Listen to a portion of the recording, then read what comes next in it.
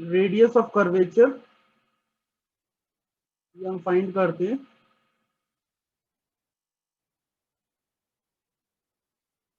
Of an ellipse.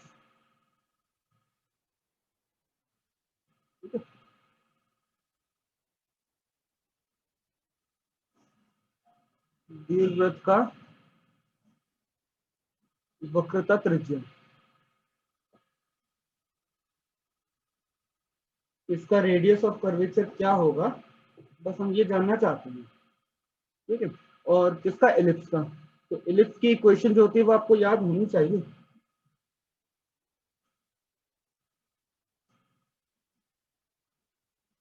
X square upon A square plus Y square upon B square equal to 1। ये ellipse की equation है दीर्घवृत्त की। नहीं भी दी है तो आपको याद होना चाहिए। ऐसा नहीं कि क्वेश्चन में लिखी आएगी तभी आपको लिखना है, नहीं भी है तो आपको स्टैंडर्ड फॉर्म का वो पता होना चाहिए। ठीक है, अब हमें रेडियस ऑफ कर्वेचर चाहिए, क्वेश्चन एक्स और वाई में है, तो ऑब्वियस बात है मुझे जो फॉर्मूला होगा इसका तो 1 plus D Y by D X whole power 3/2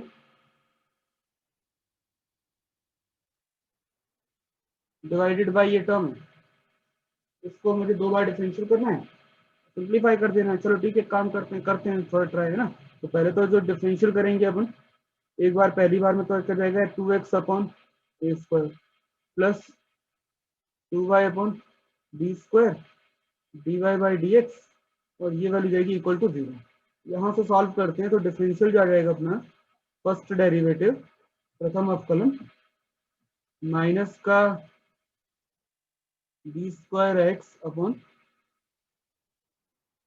A square Y, थोड़ा सिंप्लीफाई करोगे ये बन जाएगा, तो इसी से पाएगा। ठीक है, अब एक बार और डिफरेंशियल करते हैं, चलो दोबारा से। तो अगेन डिफरेंशिएटिंग, तो फिर से डिफरेंशिएट करेंगे। ठीक है, तो माइनस बी स्क्वायर अपॉन ए स्क्वायर का डिफरेंशियल तो होना नहीं है, आपका जो डिफरेंशियल होगा वो एक्स अपॉन वाई का होगा ना। एक्स अपॉन वाई का डिफरेंशियल, मैं इस पर काम करता हूँ, ऐसा लिख देता हूँ तो ज्यादा इजी भी लगता है मुझे मल्टीप्लाई में सॉल्व करना, डिवाइड की जगह इसको ऐसा सॉल्व कर लेते हैं। अब फर्स्ट का डिफरेंशियल एक्स का डिफरेंशियल करते हैं 1, वाई का नहीं करते, प्लस एक्स का नहीं करेंगे, वाई का डिफरेंशियल करेंगे,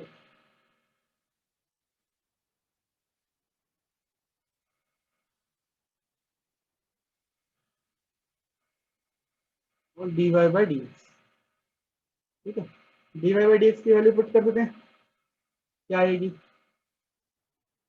जो भी वैल्यू आ रही है वो वैल्यू रख देते हैं, मैंने बी अपॉन ए square 1 upon y minus x upon y square, और जो differential d Y by D x की वैल्यू रखेंगे तो माइनस माइनस हो जाएगा प्लस, और एक्स स्क्वायर बी स्क्वायर और ए स्क्वायर वाई क्यूब, जैसी वैल्यू पुट करेंगे तो एक्स और वाई का भी मल्टीप्लाई होगा तो पावर इंक्रीज हो जाएगी, तो ये वाली टर्म हमें मिल जाएगी वैल्यू पुट करने के बाद।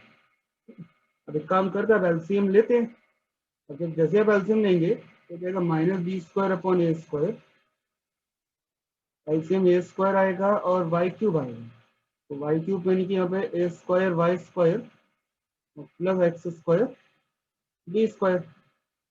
ठीक है, ये आपके पास वैल्यू आ गई है फाइनली, लेकिन इसमें भी और हम और चीजें चेंज कर सकते हैं डिफरेंशियल में, क्योंकि अगर मैं इसको थोड़ा सा सिंप्लीफाई करता हूँ तो क्या मिलता है देखो, एक्स स्क्वायर के साथ मल्टीप्लाई बी स्क्वायर का हो जाएगा प्लस वाई स्क्वायर के साथ मल्टीप्लाई ए स्क्वायर का होगा, और इक्वल टू में आएगा ए स्क्वायर बी स्क्वायर, और ये जो टर्म दिख रहा है आपको, ये आपको ऊपर न्यूमरेटर में दिखाई दे रहा होगा। ठीक है, तो जो वैल्यू हमको यहाँ दिखाई दे रही है a square y square plus x square b square, तो इसको हम रिप्लेस कर देते हैं ए स्क्वायर बी स्क्वायर से। ठीक है, तो फाइनली इसको मैं ऊपर लिख रहा हूँ, चेंज करती हूँ, तो माइनस बी स्क्वायर अपॉन ए स्क्वायर इनटू जो न्यूमरेटर वाला पार्ट है वो हो गया आपका a square b square divided by A square Y cube. ठीक है, अब ए स्क्वायर तो आपका ये कैंसिल होना है, बी की पावर हो जाएगी 4 माइनस में, और ए के स्क्वायर कैंसिल हो जाएगा। फाइनली आपके पास बचेगा सेकंड डेरिवेटिव जो मिलने वाला है, वो है माइनस का B power 4 divided by A square Y cube. अब ये दोनों वैल्यू उठा करके फॉर्मूले में रख देते हैं, सिंपल बात है, और सिंप्लीफाई कर देते तो रेडियस ऑफ कर्वेचर आ गया। बट कहानी यही खत्म नहीं हुई है, इसमें आगे भी हमें बहुत चीजें प्रूफ करने को आती है। वो क्या है वो उसको समझेंगे, पहले ऊपर रेडियस ऑफ कर्वेचर निकाल लेते हैं, ठीक है। और ये जो प्रोसेस है रेडियस ऑफ कर्वेचर की, ये हर बार फिक्स है, ऐसे ही सॉल्व होना है। इसको तो आपको दोबारा लिखना ही पड़ेगा हर बार रेडियस ऑफ कर्वेचर, चाहे कोई भी एग्जांपल आ जाए। अगर रेडियस ऑफ कर्वेचर बोला है ऑफ इलिप्स, पूरी प्रोसेस सॉल्व करनी है, कंप्लीट दोबारा लिखना है जितनी बार पूछेंगे। डायरेक्ट आप सॉल्यूशन ही लिख सकते हैं कि नहीं हमें पता है ऐसे यही होता है, ऐसा नहीं लिख सकते, तो पूरा सॉल्व करना पड़ेगा प्रॉपरली। सॉल्व करने के बाद फॉर्मूले वैल्यू पुट करके, ठीक है, वैल्यू पुट करके, वैल्यू पुट किया है, चलो क्या बन जाएगा 1 plus D Y by D X. Differential की वैल्यू पुट करेंगे पहले तो क्या थी, माइनस का बी स्क्वायर एक्स अपॉन ए स्क्वायर वाई, और इसका हो रहा है होल इसका स्क्वायर और whole power 3/2 divided by second derivative जो है वो है minus B power 4 divided by A square Y cube. ठीक है, यहाँ तक तो ठीक है। अभी यहाँ से आपको थोड़ा सिंप्लीफिकेशन देख लो, ब्रैकेट के अंदर जो है पहले तो उसको होल स्क्वायर ओपन करें, ये 1 प्लस हो जाएगा बी की power 4 x square divided by A power 4 Y square whole power 3/2 divided by minus, minus sign के साथ ए स्क्वायर वाई क्यूब ऊपर लिख देते हैं और बी पावर 4 नीचे रख देते हैं। नेगेटिव साइन को नेग्लेक्ट कर देते हैं बिकॉज नेगेटिव का रिक्वायरमेंट नहीं है, रेडियस ऑफ कर्वेचर है, त्रिज्या है, और रेडियस ऑफ कर्वेचर जो है वो अभी नेगेटिव पे आने ही नहीं वाला, तो नेगेटिव साइन का कोई सेंस नहीं है। नेगेटिव को नेग्लेक्ट करने के बाद हम इसको ये लिख देते हैं,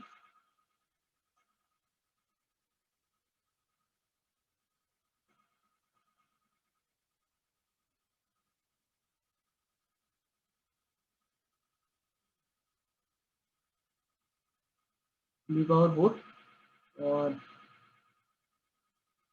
एलसीएम लेते हैं। देखो एलसीएम लोगे तो क्या आएगा, a power 4 Y square plus b power 4 x square, और इसका हो जाएगा पावर 3/2, और नीचे जो वैल्यू है वो है a power 4 Y square LCM पे, और इसकी पावर टोटल कितनी आएगी 3/2।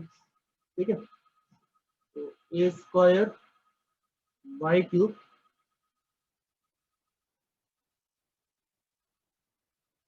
Divided by b power 4 a power 4 Y square b power 4 x square whole power 3/2 divided by, अब यहाँ पे जो नीचे है ना इसको मल्टीप्लाई कर दो पावर को मैं, तो क्या आ जाएगा ए की पावर 4 मल्टीप्लाई 3/2 हो जाएगा पावर में, तो कितना हो जाएगा 6, और वाई का पावर भी कितना हो जाएगा यहाँ पर,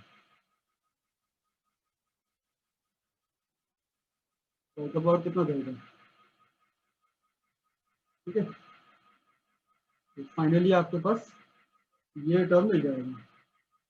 ठीक है, वाई पावर स्क्वायर,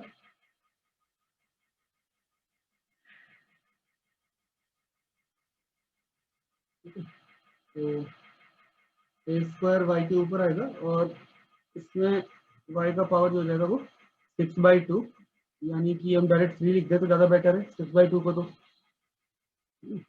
और फाइनली अब कुछ कैंसिल हो रहा है, उसे कैंसिल आउट कर देते हैं। देखो वाई क्यूब तो पूरा ही कैंसिल हो रहा है, और ए भी हमारे ये 4 बचेंगे, ये ए स्क्वायर कैंसिल हो जाएंगे, बचेगा a power 4 Y square plus b power 4 x square power 3/2 divided by A power 4 b power 4।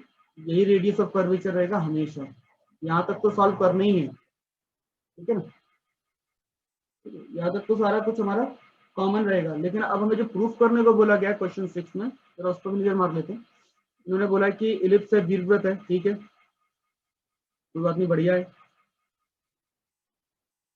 Ellipse का जो रेडियस ऑफ कर्वेचर है, जो वक्रता त्रिज्या है वो a square b square upon p cube आनी चाहिए। अब पी क्या है, तो पी के बारे में बताया है, पी जो है वो डिस्टेंस है, ठीक है, डिस्टेंस है of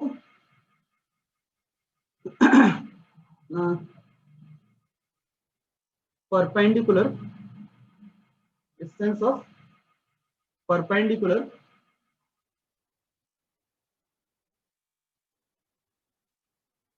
from origin at the tangent on the tangent at x, y। या ऐसा कहो कि x, y पॉइंट से फ्रॉम origin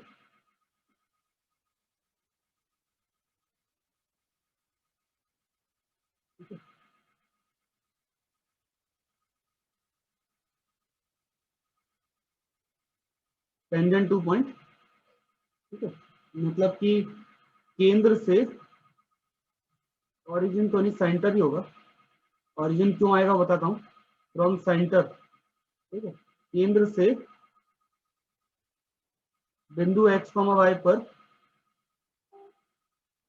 जो स्पर्श रेखा जा रही है पर डाले गए लंब की लंबाई।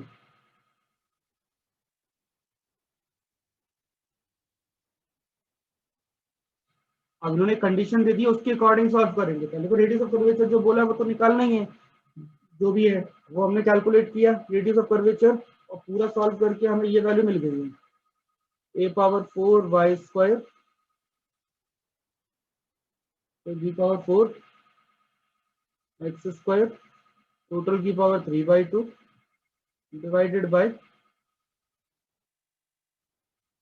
अब इसी में चेंज करना है मुझे, इन्होंने p के बारे में बोला तो मुझे p की वैल्यू निकालनी पड़ेगी, ठीक है। तो p क्या है, सेंटर से पॉइंट x, y पर जो भी स्पर्श रेखा जा रही है, जो भी टेंजेंट जा रहा है उस पर परपेंडिकुलर पुट करेंगे। तो उसका थोड़ा डायग्राम से समझाता हूँ, ज्यादा बेटर रहेगा। इलिप्स की बात हो रही है तो पहले इलिप्स बना लेते हैं। देखो ये तो हो गया दीर्घवृत्त इलिप्स, इसकी एक्सिस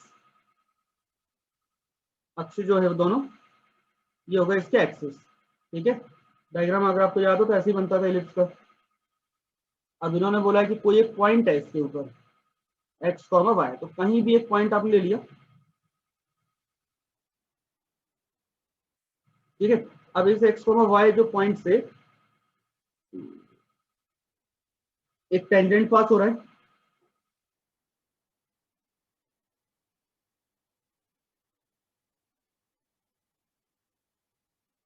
एक टेंजेंट पास कराया है इन्होंने इस पॉइंट x, y से।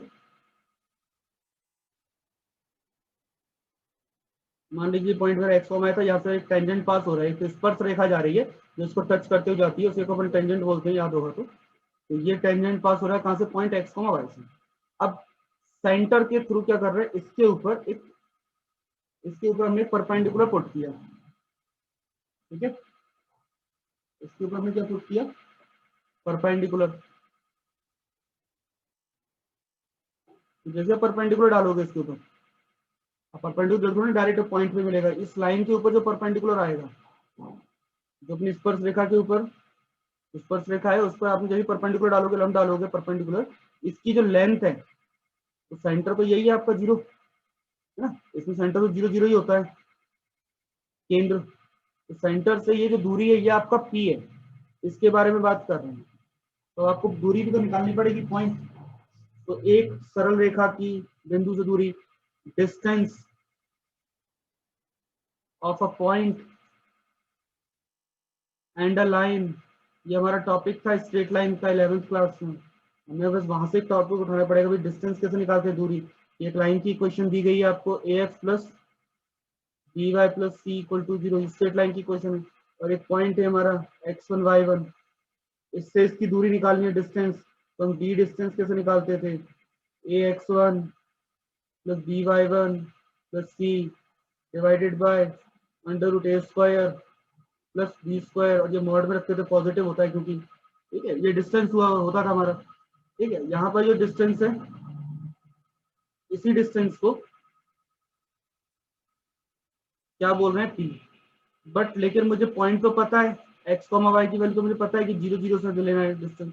बट ये जो लाइन जो जा रही है एक्स कॉमा वाई से, इसकी इक्वेशन नहीं मालूम है, क्योंकि मुझे जब तक ये इक्वेशन नहीं पता होगी स्ट्रेट लाइन की, सरल रेखा की, जो कि टेंजेंट है, टेंजेंट की इक्वेशन, स्पर्श रेखा की लंबाई, स्पर्श रेखा की। ठीक है, तो सेंटर से टेंजेंट का डिस्टेंस निकालना है, लेकिन टेंजेंट की इक्वेशन नहीं पता है, तो बिना इक्वेशन जाने हम दूरी नहीं निकाल पाएंगे, डिस्टेंस नहीं निकाल पाएंगे। ठीक है, पी डिस्टेंस तो समझ में आ गया, बट जो लाइन जो पास हो रही है एक्स कॉमा वाई से, उसकी इक्वेशन भी तो चाहिए। सबसे पहला काम है कि हम ये इक्वेशन बनाए पहले टेंजेंट के लिए, जो स्पर्श रेखा है उसका समीकरण बनाते हैं, उसके बाद फिर हम दूरी के लिए फॉर्मूला लगा देंगे ये वाला, तो फॉर्मूले के अकॉर्डिंग हमारा सॉल्व करेंगे। ठीक है, तो आ गया होगा आइडिया थोड़ा सा कर क्या रहे। तो सबसे पहले तो मुझे जो रिक्वायरमेंट है वो लाइन की, टेंजेंट की जो इक्वेशन होती है इसमें, इक्वेशन ऑफ टेंजेंट, अगर आपको याद हो, स्पर्श रेखा की का समीकरण,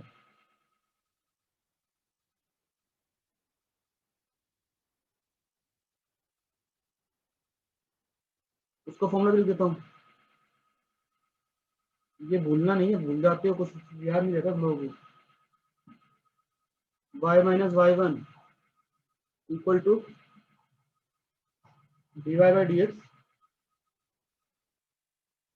एक्स माइनस एक्स वन, ये अपना ये point x one y one पे,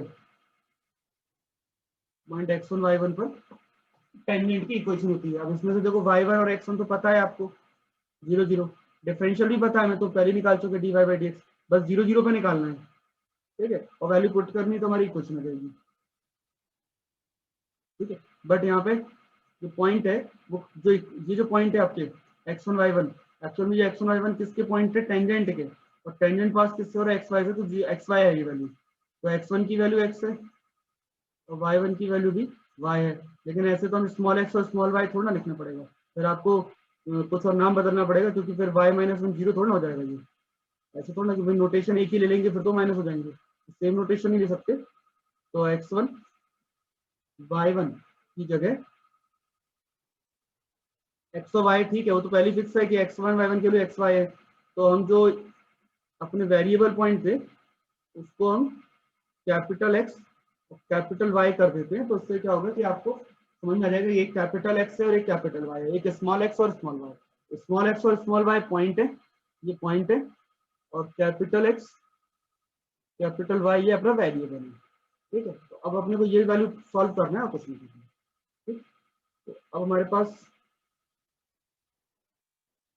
फाइनली इसके बाद में क्या करना है कि इक्वेशन ऑफ टेंजेंट लिखना है, ये इक्वेशन ऑफ टेंजेंट हो जाएगा।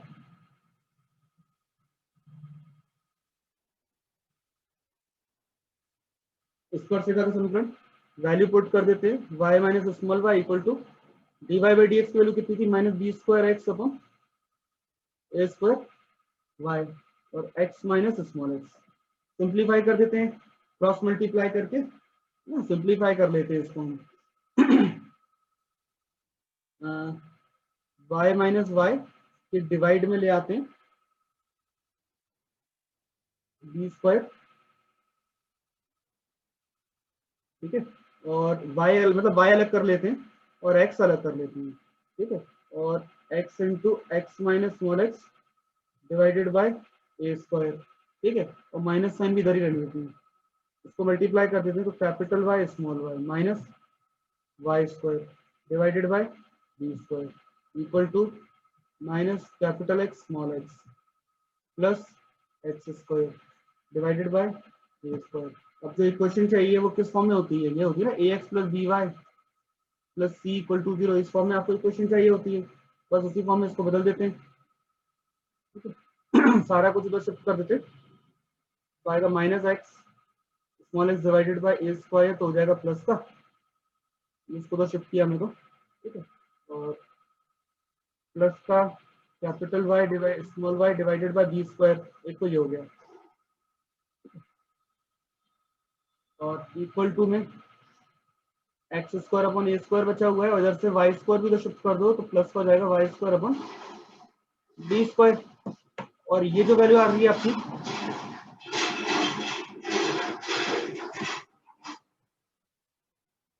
तो राइट हैंड में वैल्यू वो इक्वल टू 1 है ना, क्योंकि इक्वेशन ऑफ इलिप्स के अकॉर्डिंग इक्वेशन 1 में अगर देखोगे, ये इक्वेशन ऑफ इलिप्स है, तो आपको इसको 1 लिख सकते हो। ठीक है, तो ये आपका हो गया x x upon A square y y upon B square minus 1 equal to 0। अब ये जो इक्वेशन है आपकी, ये इससे मैच कर रही है, ये स्ट्रेट लाइन की इक्वेशन आ गई है। ठीक है, अब इसकी दूरी निकालते हैं, डिस्टेंस। अब निकालते हैं पी की वैल्यू। पी क्या है, इस लाइन से परपेंडिकुलर डिस्टेंस, लांबिक दूरी। ठीक है, लंब की लंबाई वो कैलकुलेट करते हैं कहां से, 0 0 से। तो 0 0 से कैलकुलेट करेंगे तो पहले तो 0.00 रखना पड़ेगा, तो x इंटू 0 और plus y into 0 minus 1 mod और divided by under root x square upon a power 4 plus Y square upon b power 4, a square plus B square. और सिंप्लीफाई कर देते हैं इसे। इसको सिंप्लीफाई करने के लिए बस मॉड हटाओगे तो पॉजिटिव हो जाएगा वैल्यू 1, डिवाइडेड बाय एलसीएम लेना पड़ेगा, तो बी पावर 4 एक्स स्क्वायर और plus a power 4 Y square, और नीचे स्क्वायर रूट आ जाएगा ए पावर 4 बी पावर 4, तो स्क्वायर रूट जो निकालोगे तो आ जाएगा ए स्क्वायर बी स्क्वायर, उसको ऊपर लिख देते हैं। ठीक है, अब रूट का मतलब कितना होता है, पावर 1/2। तो थोड़ा मैं एक स्टेप और कम कर देता हूँ, आप अपने लिए बढ़ा लेना, नोट में लिखो 1/2। ठीक है, लेकिन एक्चुअल में जो क्वेश्चन में जो प्रूफ करना है रेडियस ऑफ कर्वेचर, वो क्या है, ए की पावर 2 बी की पावर 2 और डिवाइड बाय पी की पावर 3। तो पी का क्यूब चाहिए। ठीक है, अभी मेरे पास पी का क्यूब नहीं है, 1/p का क्यूब चाहिए, 1/p। ठीक है, तो पहले मुझे इसका रेसिप्रोकल करना पड़ेगा, 1/p करना पड़ेगा पहली बार। ठीक है, तो पी की वैल्यू तो आ गई, पहले क्वेश्चन ऑफ टेंजेंट निकाली, टेंजेंट की क्वेश्चन नहीं थी हमारे पास, वो कैलकुलेट की। उसके बाद फिर हम डिस्टेंस का फॉर्मूला लगाया, ये सब हमने 11th स्टैंडर्ड की पढ़ी हुई चीजें पूरी।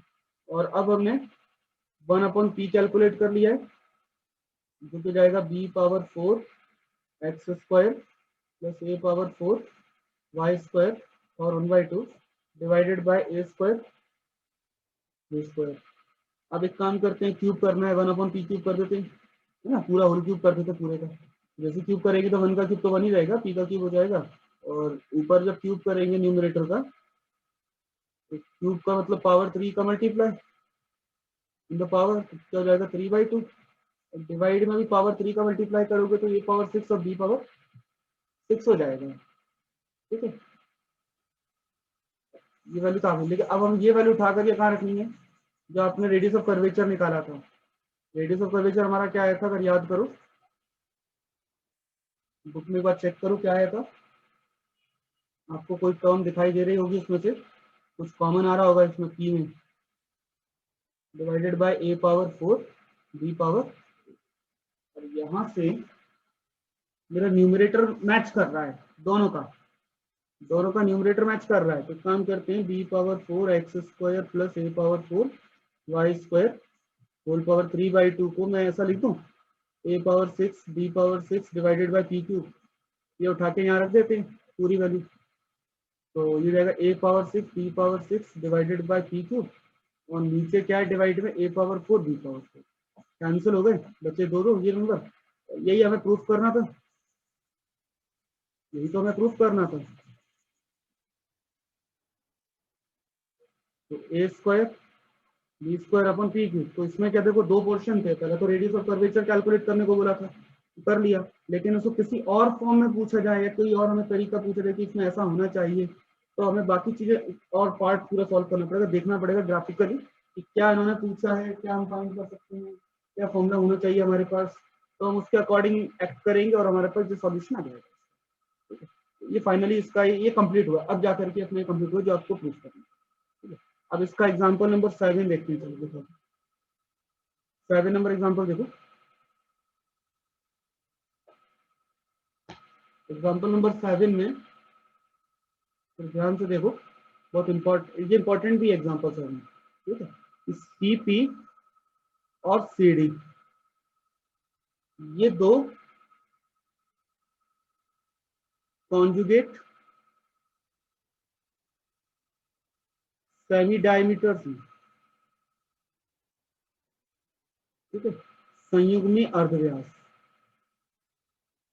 इनका मतलब भी समझाऊंगा, पहले क्वेश्चन समझ लें क्या क्या दिया है। सीपी और सीडी ये दोनों सेमी कॉन्जुगेट डायमीटर्स हैं, किसके है ये, इलिप्स के, ठीक है, दीर्घवृत्त के, ठीक। अब इस पर जो रेडियस ऑफ कर्वेचर आएगा, वक्र का त्रिज्या, अब आ रहा है CD का क्यूब डिवाइडेड बाय AB होना चाहिए। अब ये D क्या हो गया, D आपका ये पॉइंट हो गया, ठीक है। तो C से D का जो दूरी होगी, जो डिस्टेंस होगा, अभी जो डिस्टेंस था वो P था, अब जो डिस्टेंस है वो हमारा CD है, तो CD cube divided bye AB, ठीक है। और जहाँ पे स्मॉल a और स्मॉल b तो पता ही है, लेंथ ऑफ सेमी एक्सिस है, अर्धाक्षों की लंबाइयां हैं, ठीक है। तो अब आपको सबसे पहले तो समझ में आना चाहिए कि करना क्या है, पहले क्वेश्चन में दिया क्या है उन्होंने, क्या बोलना क्या चाह रहे हैं। एक इलिप्स है, ठीक है, डायग्राम बना के समझोगे ज्यादा बेटर लगेगा आप लोगों को भी, कि हाँ मतलब हमें पूछ क्या रहे हैं वो पहले समझो। पहले तो इलिप्स बनाओ, दीर्घवृत्त, ठीक है, सेमी मेजर एक्सिस और माइनर एक्सिस दिया गया है, ए और बी, ठीक। तो आपके जो पॉइंट है वो a,0 ए और बी के लिए, -a0 और सेंटर में आएगा 0 0 0 बी, तो ये है आपका सेंटर सी, सेंटर जो है वो सी है, ठीक है। अब सी से दो एक्सिस जा रहे कॉन्जुगेट सेमी डायमीटर, अर्धव्यास, अर्धव्यास क्या होता है, रेडियस, लेकिन कैसे रेडियस, कॉन्जुगेट, संयुग्मी, ठीक है।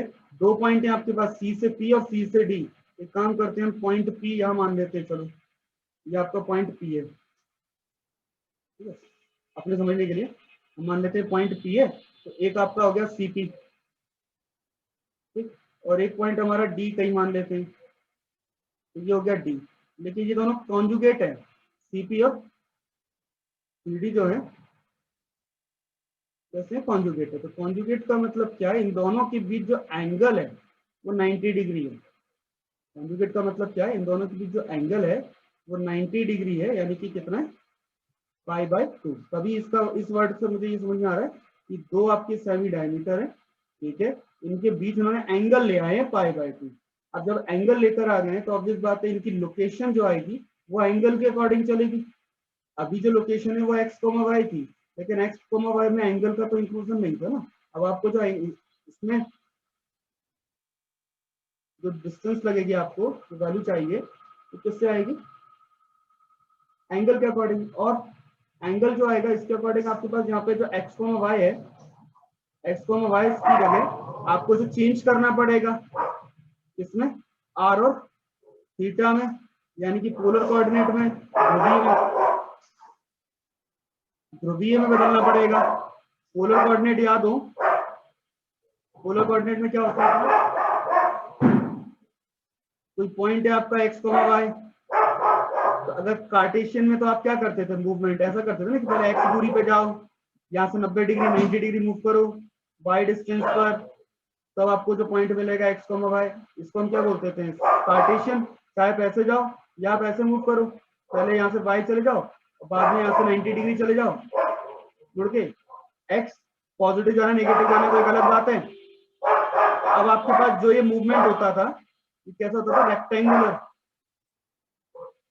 ये मूवमेंट हमारा कैसा होता था, रेक्टेंगुलर होता था ना। सिस्टम को हम क्या बोलते हैं, कार्टेशियन सिस्टम, ठीक है। ये जो सिस्टम है हमारा रेक्टेंगुलर था, आयताकार, इसमें कहीं एंगल तो नहीं आता ना, लेकिन उन्होंने मुझे बोला कि 90 डिग्री का चेंज हो रहा है, तो अब मुझे सिस्टम बदलना पड़ेगा पूरा। अब मैं सिस्टम को क्या लेके जाना पड़ेगा, पोलर, पॉइंट की लोकेशन में ध्रुवीय रूप में लिखना पड़ेगी मुझे। अब लोकेशन कैसे आएगी कि जो पॉइंट है वो आर रेडियस पर है, जिसकी जो दूरी है वो रेडियस आर है सेंटर से पॉइंट की, और एंगल इसका थीटा है, एंगल इसका जो है वो थीटा है। ठीक है, तो इस तरीके से हम इसको लोकेट करते हैं। तो यहां से पूरा जब चेंज करोगे पोलर फॉर्म में, ध्रुवीय रूप में, तो ऑब्वियस बात है कि आपको यहाँ पे एक्स वाई का काम नहीं पड़ेगा, आर थीटा की जरूरत पड़ेगी, क्योंकि एंगल आपका सीधा अगला जो पॉइंट है पी से डायरेक्ट डी जा सकते हो, बस एंगल 90 डिग्री प्लस करके। ठीक है, तो इसलिए यहाँ पर मुझे थोड़ा चेंज करना पड़ेगा, क्योंकि जो कंडीशन दी है उसके हिसाब से। अब मेरे पॉइंट क्या बनेंगे आप समझ रहे, तो ट्रिग्नोमेट्री के अकॉर्डिंग ट्रिग्नोमेट्री अप्लाई होगी, एंगल आएगा, ऑब्वियस होता है ट्रिग्नोमेट्री अप्लाई होगी, और जैसे ट्रिग्नोमेट्री अप्लाई होगी तो आपके पास राइट एंगल ट्राइंगल बनेगा। जो पॉइंट था जब वाई और एक्स में, और जो आपका आर था, और ये आपका एंगल क्या था थीटा, तो सॉल्व करोगे तो एक्स की वैल्यू जो जाएगी आर कॉस थीटा, और वाई की वैल्यू जाएगी आर साइन थीटा।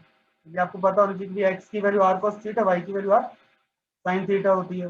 बट यहाँ पे आर की दो वैल्यू है रेडियस की, एक तो क्या है बड़ा वाला रेडियस है ए है ना, और एक आपका माइनर रेडियस है बी। तो दो रेडियस चल रहे हैं, एक्स का रेडियस अलग है, वाई का रेडियस अलग है, एक्स डायरेक्शन में और वाई डायरेक्शन, दो अलग अलग रेडियस होते हैं तभी एलिप्स बनता है। बट एक्स की वैल्यू तो आर कॉस थीटा और वाई की वैल्यू, तो एक्स की जो वैल्यू होगी वो आर कॉस थीटा होती है, तो एक्स में ए कॉस थीटा हो जाएगा, और वाई में क्या होता है आर की जगह बी हो जाएगा, तो बी साइन थीटा। ये जो पॉइंट होंगे एक्स और वाई की वैल्यू रहेगी, तो एक्स वाई के जो पॉइंट होंगे ये मिलके आपको कौन सा पॉइंट बनाएंगे पी। तो मान लो ये पॉइंट अपना कौन सा है पी है, और इस पी पॉइंट में एंगल आप ऐड कर दो पाई बाई 2। जैसे आप एंगल पॉइंट पॉइंट पुट करोगे तो आपको डी मिल जाएगा, तो क्या होगा a cos pi by 2 plus theta, और b sine pi by 2 plus theta. ठीक है, और a cos pi by 2 plus theta क्या होता है माइनस साइन थीटा, और b sine pi by 2 plus theta होता है कॉस थीटा। ठीक है, तो ये जो पॉइंट हो जाएगा आपका डी का हो जाएगा, ये जो पॉइंट है हमारा ये पॉइंट डी में आ जाएगा, और पी का जो पॉइंट है वो क्या रहेगा a cos theta b sine theta. तो आपको समझ में आ गया थोड़ा बहुत, तो मैं एक बार दोबारा बता रहा हूँ।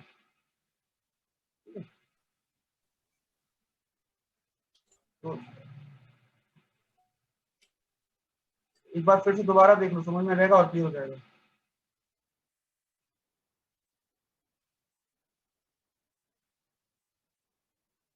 एलिप्स की बात कर रहे हैं,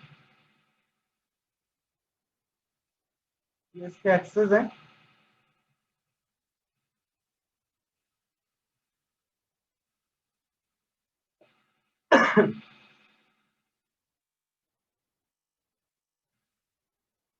इसका एक्सेस है, और एक्सिस पर ये सेंटर आपका हो गया सी 0 0, माइनर एक्सेस अपने लिया है ए, मेजर लिया ए, और माइनर का हाफ वैल्यू लिया अपने बी। ठीक है, वाई का वैल्यू बी चल रहा है, एक एक्स का वैल्यू ए चल रहा है। अब इस पे कोई पॉइंट आप लोगे पी एक्स वाई, एक तो आपके पास दिया जाएगा सी से पी की दूरी, तो इससे सी से पी का डिस्टेंस हो जाएगा, और दूसरा आ जाएगा सी से डी, तो डिस्टेंस रहेगा सी डी। तो सी पी और सी डी आपके दो डिस्टेंस हो गए, दूरी हो गई। ठीक है, लेकिन इन दोनों के बीच एंगल 90 डिग्री है, ऐसा क्यों बोल पा रहे, because they are conjugate, semi diameters, संयुग्मी है। उन्होंने खुद नहीं कहा संयुग्मी, तो हमें एंगल के बीच में पाई बाई 2 लेने पड़ेगा। अब पहला जो पॉइंट होगा वो एक्स कॉमा वाई नहीं होगा, अब एक्स की वैल्यू क्या होगी पोलर कोऑर्डिनेट में y r cos theta, y की वैल्यू आर साइन थीटा, याद रख लीजिए है ना, हम कैलकुलेट भी कर चुके हैं, याद भी रखेंगे तो ज्यादा बेटर है। तो एक्स वाई को चेंज करेंगे आर और थीटा में, स्फेरिकल सॉरी पोलर कोऑर्डिनेट में, तो x value r cos theta, y value r sine theta. तो एक्स और वाई मिलकर के जो पॉइंट बनाएंगे वो होगा पी। तो पी पॉइंट की लोकेशन क्या हुई आर, आर की वैल्यू एक्स वाले केस में जो डिस्टेंस चल रहा है रेडियस चल रहा है वो है ए, और वाई में जो डिस्टेंस चल रहा है रेडियस वो है बी। तो एक्स में आ जाएगा आर की वैल्यू ए कॉस थीटा, और वाई का जो रेडियस आएगा वो होगा बी साइन थीटा। ये हो गया पी का पॉइंट। अब डी पॉइंट पे आते हैं, तो डी पॉइंट क्या होगा ए कॉस थीटा में एंगल पाई बाई 2 ऐड हो जाएगा बस, और बी साइन थीटा में भी पाई बाई 2 एंगल प्लस होगा। तो ट्रिग्नोमेट्रिक की बेसिक फॉर्मूले से वही cos pi by 2 plus theta एक साइन थीटा माइनस का, और बी cos थीटा जाएगा पॉजिटिव का। ठीक है, तो इस टाइप से आपका डी पॉइंट भी मिल गया और पी पॉइंट मिल गया। अब इसका रेडियस ऑफ कर्वेचर बोला है ना, रेडियस ऑफ कर्वेचर बाद में भाई एक रेडियस ऑफ कर्वेचर जो बोला है वो क्या बोला है, c d cube upon a b. ठीक है, सी से डी की दूरी, डी पॉइंट आपको मिल गया है ना, तो सी से सी पॉइंट भी बताया, तो डिस्टेंस बिटवीन टू पॉइंट भी मालूम है, निकाल लेते हैं और डिवाइड ए बी से कर लेते हैं, तो जो आंसर आएगा वही रेडियस ऑफ कर्वेचर होना चाहिए। और रेडियस ऑफ कर्वेचर हमारा क्या था, ये तो था।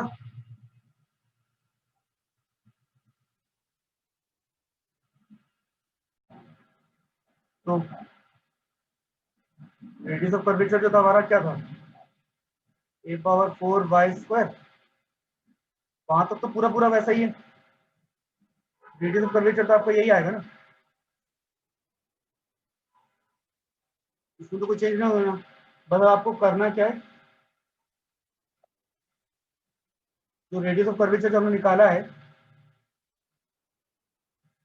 ठीक है, जो रेडियस ऑफ कर्वेचर हम कैलकुलेट किया हुआ है, बस अब आपको ये प्रूफ करना है कि ये value c d cube divided by a b हो। तो सी पॉइंट आपका क्या था, 0 0, और डी पॉइंट हमें क्या मिला था, माइनस ए साइन थीटा और बी कॉस थीटा। ठीक है, तो a sine theta b cos theta, इन दोनों की दूरी निकालो सी डी, तो सी डी की जो वैल्यू आएगी वो क्या होगी, अंडर रूट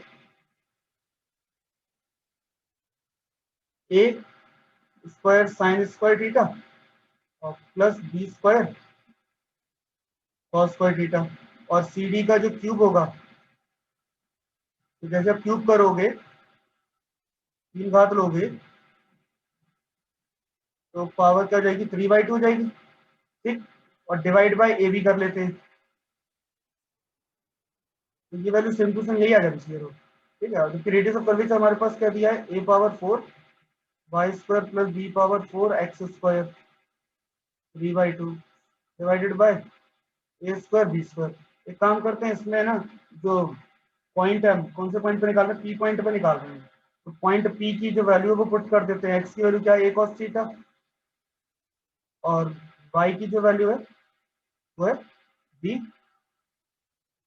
साइन थीटा। जरा इसमें पुट कर दो एक्स और वाई की वैल्यू, जो पी पॉइंट है हमारा, तो पी पॉइंट जब आप इसमें रखोगे तो वाई की वैल्यू हो जाएगी b square sine square theta और plus b power 4 a square cos square theta और रूट पावर 3/2 डिवाइडेड बाय कितना है, ए स्क्वायर बी स्क्वायर। अब ऊपर न्यूमरेटर में से दोनों में से देखो ए स्क्वायर कॉमन आ रहा है और बी स्क्वायर भी कॉमन आ रहा है, तो a square b square common लेंगे तो क्या आएगा, ए की पावर 4, जिसको आगे दो दो ए कॉमन चलेगा, दो बी कॉमन चलेगा, तो क्या बचेगा, केवल a square sine square theta b square cos square theta, और होल पावर कितनी, 3/2, तो 3/2 दोनों पे लगा देते पावर अलग अलग, है ना, और डिवाइड में कितना हो जाएगा आपका, ये ए स्क्वायर बी स्क्वायर। ठीक, ए स्क्वायर बी स्क्वायर था, ए पावर 4 था, ए पावर 4 बी पावर 4 था, स्क्वायर नहीं था, पावर 4 था। कर्वेचर जो था हमारा वो पावर 4 था, ए पावर 4 और b power 4 divide, b power 4 और बी पावर 4, तो ये जरा देखो, ये स्क्वायर तो ये हो जाएगी सब, ये पूरा कैंसिल हो जाएगा, नीचे केवल ए भी बचेगा, यही सेम टू सेम वैल्यू बचेगी आपकी, यही वाली, दोनों एक ही है, ये दोनों एक ही वैल्यू है सेम टू सेम, तो इस तरीके से प्रूफ हो जाएगा। तो जो बुक में लिखा है उन्होंने थोड़ा शॉर्ट किया, लेकिन आपको रेडियस ऑफ कर्वेचर पूरा निकालना पड़ेगा, और जो पॉइंट दिया है ना, तो पॉइंट लोकेट कैसे करना है वो क्वेश्चन से समझ में आता है कि इन्हें दिया क्या है, उस हिसाब से हमें कौन सा हमें पॉइंट हमें लेना पड़ेगा जिससे हम लोकेशन निकाल पाएंगे, किस तरीके से हम सॉल्व करेंगे, ये आपके पास मेथड रहेगा इसको सॉल्व करने का। एक ये वाला है, एक और एग्जांपल है वो भी देखो, सेम है, इलिप्स पे क्वेश्चन है, इसके 3 4 सवाल है। ठीक है, तो जो दीर्घवृत्त है हमारा, 3 4 क्वेश्चन है इसके, वही क्वेश्चन है, x square upon A square plus Y square upon B square equal to 1। यहाँ भी कॉन्जुगेट डायमीटर की बात हो रही है। ठीक है, संयुग्मी अर्धव्यास की बात हो रही है,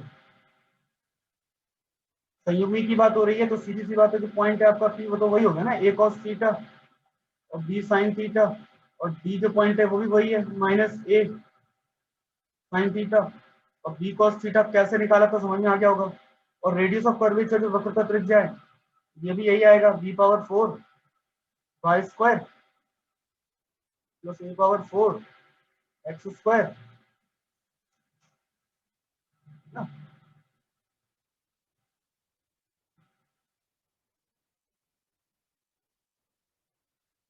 B power 4 Y square plus b power 4 x square 3/2 divided bye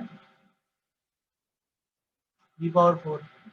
ये आपके पास यही क्वेश्चन आएगी ना। अब इस इक्वेशन में क्या करोगे, उन्होंने प्रूफ करने को बोला है कि दोनों पॉइंट पर पी पर रेडियस ऑफ कर्वेचर और डी पर, तो पी पर वक्रता त्रिज्या ρ1 और डी पर वक्रता त्रिज्या ρ2, ये दो रेडियस ऑफ कर्वेचर है ρ1 और ρ2। अब ρ1 की पावर आपको लेना है 2/3, ρ2 की भी पावर लेना है 2/3, दोनों को ऐड करना है। उसके बाद इसमें जो मल्टीप्लाई करें हम ए की पावर 2/3 और बी की पावर 2/3 का, तो जो आंसर आएगा वो होगा ए स्क्वायर प्लस बी स्क्वायर, ऐसा प्रूफ करना। तो सबसे पहले तो पहला जो पॉइंट है एक्स और वाई की वैल्यू वो रख दो, तो आपको एक्स वाई की जगह पे तो आपको ρ1 मिल जाएगा, ठीक है। और फिर आप पावर ले लो 2/3, पूरे पे 2/3 पावर लेनी पड़ेगी पूरे पे। तो जैसे अब इसको सॉल्व करोगे, ρ1 जो हमने अभी सॉल्व किया था पीछे, क्या वैल्यू आई थी, ए पावर 4 ए, ठीक है। वाई की वैल्यू बी साइन थीटा, जैसे पुट करेंगे क्या आएगा, b square sine square theta plus b power 4 a square cos square theta, total power 3/2 और divided by A power 4 b power 4। Solve करने पर आपको क्या मिल रहा था यहाँ पे, a square sine square theta plus B square cos square theta power 3/2 और डिवाइडेड बाय ए बी। ये ρ1 था। अब इस ρ1 में क्या करोगे, पावर कितनी लेनी है, 2/3। क्वेश्चन के अकॉर्डिंग जो हमें प्रूफ करना है वही लिखना पड़ेगा, अपनी मर्जी तो नहीं चल रही है, जो बोला है उसके अकॉर्डिंग प्रूफ करते हैं। तो जैसे आप पावर कितनी लोगे 2/3, दोनों तरफ होगी पावर 2/3, तो यहाँ भी पावर 2/3 आएगा और इसमें भी आएगा पावर 2/3। जैसे आप 2/3 पावर लिखेंगे तो ठीक है, इसी में लिखा। तो पावर 2/3 जैसे आप लिखोगे तो इसमें भी मल्टीप्लाई जाएगा पावर 2/3 का, यहाँ भी पावर 2/3 आ जाएगी, तो ये कैंसिल होकर 1 हो जाएगा।